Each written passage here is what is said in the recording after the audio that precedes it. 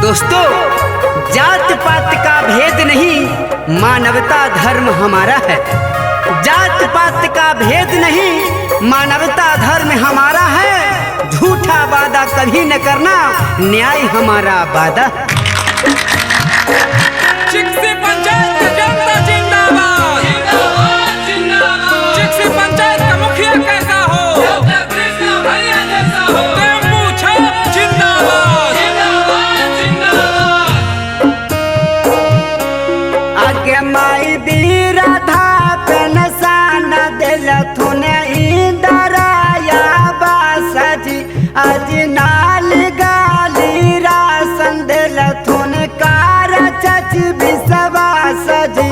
आज कार चच विश्वास कार हाथ सब लाखा सजी। डॉक्टर कृष्णा भैया के जीतई है चाची है कार थुन विकास जी।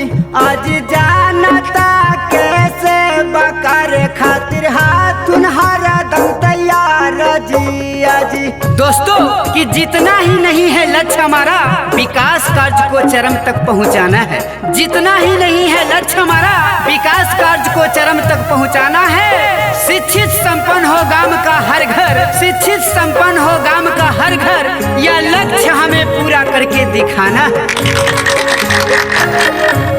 आगे माई चिकसी पंचायत के जनता जोड़ हाथिन हाथाबाजी।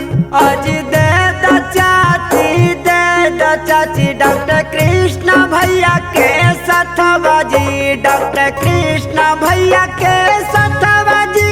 आज मिली सबके हकबाजी। चुना बचिन्हा निशान महकई टेम्पू न कर छापाबाजी। आज मुखिया बनई है चाची, इनके दी हसाब साथबाजी। आज दोस्तों कि चौमुखी विकास होगा यही मेरा इरादा है।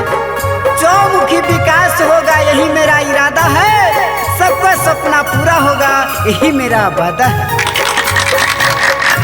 जहाँ भी देखे टेम्पू छाप, वही दवाइयाँ बांटना। 4 नंबर पर बटन दबाना है, डॉक्टर कृष्णा भैया को जिताना है। डॉक्टर कृष्णा भैया जिंदाबाद, जिंदाबाद जिंदाबाद। डॉक्टर कृष्णा भैया मत घबराना, जनता तेरे साथ है।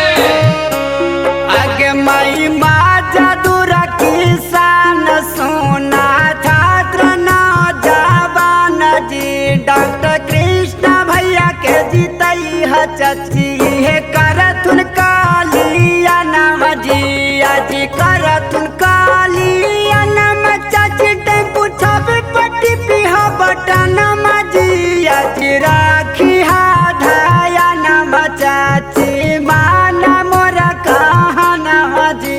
आज सुनल ही आई चिक्सी पंचायत क्षेत्र संख्या 24 में नाम दी। आज बाड़ी न के नाम जी। आज सुंदर न के कमाम जी। आज फिर से बनई है चाचा डॉक्टर कृष्णा भैया के मुखिया जी। आज सुनल ही आई चिक्सी पंचायत क्षेत्र 24 में न के नाम दी। आज फिर से बनई है चाची डॉक्टर कृष्णा भैया के मुखिया जी। आज Recording by Anoranjana Studio.